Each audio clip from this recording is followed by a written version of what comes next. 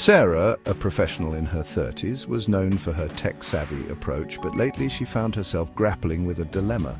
Technology, which once streamlined her work, now seemed to overwhelm her. She was caught in a relentless cycle of notifications, alerts, and AI-driven tasks, all demanding her attention. Meeting in 5 minutes? Which one? The notification chirped for the 47th time that morning. Yes, 47, because Sarah's smart display tracked every interruption with algorithmic precision. The irony? She was using technology to measure her overwhelm caused by technology. Sarah stared at the screens surrounding her home office.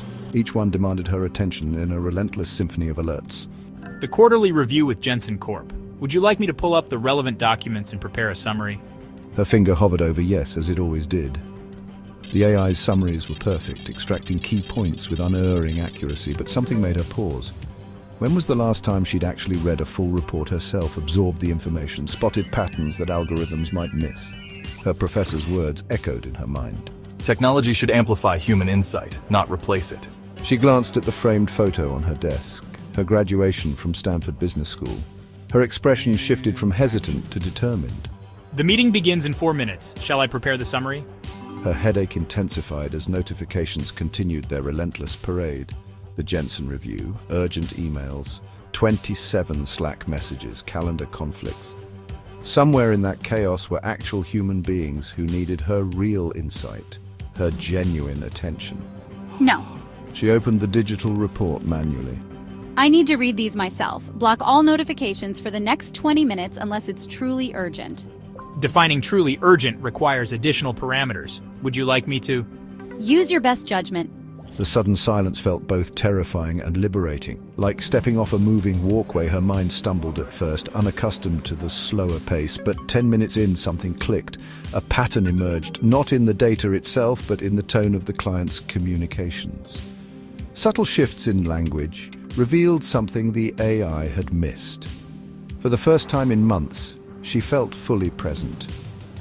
Her mind was making connections that went beyond algorithmic analysis.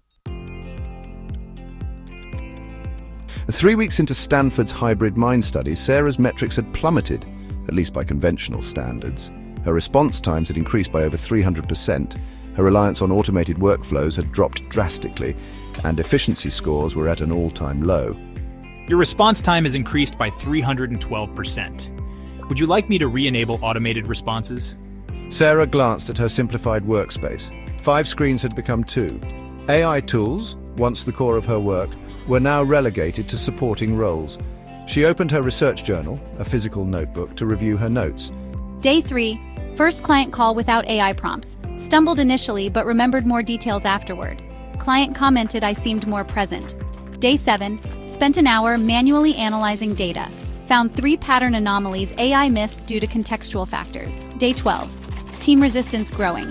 Caught a critical error in AI-generated analysis during manual review. Her youngest team member, Lisa, approached with concern. Sarah, the team metrics. They're going to crucify you. Efficiency ratings are down 40%, and response times are triple the industry standard. Sarah showed her client feedback. What do you notice? Lisa scanned the comments. More insightful analysis, better understanding of our needs. Finally feel like we're being heard instead of processed. But our metrics. Metrics don't tell the whole story. AI shows what it's programmed to show. Human intuition reveals what it cannot. For the next 30 minutes, I want to show you what happens when algorithms enhance human wisdom instead of replacing it. That's what the hybrid mind is about. Using AI to support, not replace, human judgment. You're demonstrating that in real time. In this section, we delve into the theoretical and reflective analysis of human-AI integration. It's a moment to pause and consider the broader implications of blending artificial intelligence with human insight. How do we strike the right balance? What are the ethical considerations? And most importantly, how do we ensure that this integration enhances our capabilities without diminishing our humanity? This third pattern is the future. It's not about rejecting AI, but integrating it. That's what you've started to do, and it's working. Sarah looked at the visualization, then at her team's feedback. The hybrid mind wasn't a theoretical concept anymore, it was happening, and it was redefining how they worked. The cost-benefit matrix of human-AI integration, as analyzed by Harvard Business School in 2024, outlines the trade-offs. In the short term, we see decreased processing speed, increased response times, lower automation rates, higher human engagement hours, and reduced standardization. However, the long-term outcomes paint a different picture.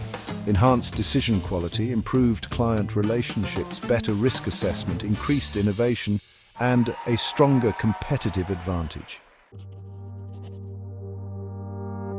Reflection points. What metrics currently define success in your role? How many of those metrics measure true value versus just speed? What wisdom have you gained through experience that no AI could replicate? The greatest danger in times of turbulence is not the turbulence itself, but acting with yesterday's logic.